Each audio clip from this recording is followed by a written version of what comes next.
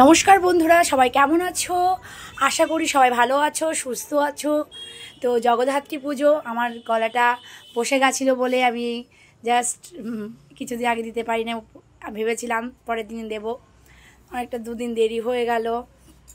আমাদের এখানে প্রচুর জগদ্ধাত্রী পুজো হয়, যেমন দুর্গা পুজো তেমন জগদ্ধাত্রী পুজো প্রচুর হয়, কিন্তু আমাদের বাড়ির সামনেই মানে দোকানের পাশেই আমাদের হয় সব থেকে মানে পুরনো, প্রায় 55 বছরের পুরনো জগদ্ধাত্রী পুজো। অনেক জাগ্রত মা, মানে করোনার সময় হবে না করে একদিনে প্যান্ডেল, বা গেল বছরও একদিনে প্যান্ডেল ঠাকুর হয়েছিল।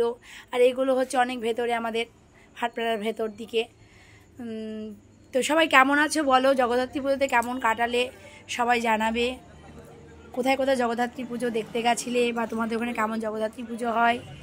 আমাদের প্রচুর মানে এত সুন্দরভাবে সব সাজাই, মানে একদিন এগুলো পুজো করে, আর আমাদের এখানে 5 দিন ধরে পুজো হয়েছিল। সবাই কেমন আছো? এই দেখো পুজো দেখতে গিয়ে আমি দেখো কীভাবে চলে গেছি, যে শাড়িটা পরে। এমনি দুর্গা পুজো দেখতে, কালী পুজো দেখতে তোমরা তো দেখেছো, আমার যারা দেখেছো যে আমি কোনো কিছু ইয়ে করি না, জাস্ট চলে যাই নর্মালভাবে। আমার মতো নর্মালভাবে ঠাকুর কেউ দেখে না, একমাত্র মনে হচ্ছে আমিই দেখি একদম। অনেকে সেজে গুজে দেখে, সব ভালো লাগে, কিন্তু কি করব বলো, আমি সাজতেই জানি না অতটা। মানে সাজলে মনে হয় আমার নিজেকে একদম বিশ্রী মনে হয়। সবাইকে সাজলে সুন্দর লাগে, আমাকে বিশ্রী লাগে একদম।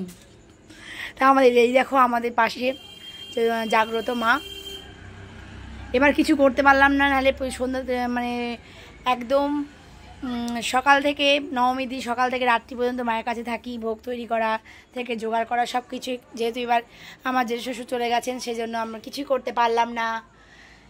এবার হচ্ছে এই বাইরে বাইরে ঠাকুর দেখা, জাস্ট এগুলোই করলাম। হ্যাঁ, ঠাকুরমশাই পুজো করছে, ঠাকুরমশাই খুব সুন্দর পুজো করে আমাদের এখানে।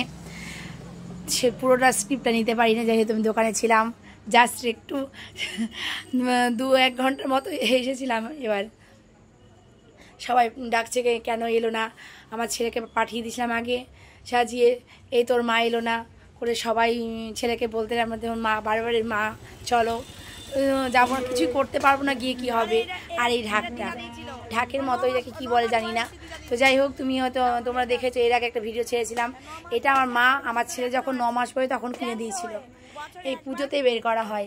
তো এর আগে করোনার সময় ঢাক আসেনি, ঢাকিয়ালা পাওয়া গিয়েছিল না, তখন এটাই বাজানো হয়েছিল, মানে আমার ছেলে বাজিয়েছিল। সবাইকে নমস্কার জানিয়ে শেষ করছি।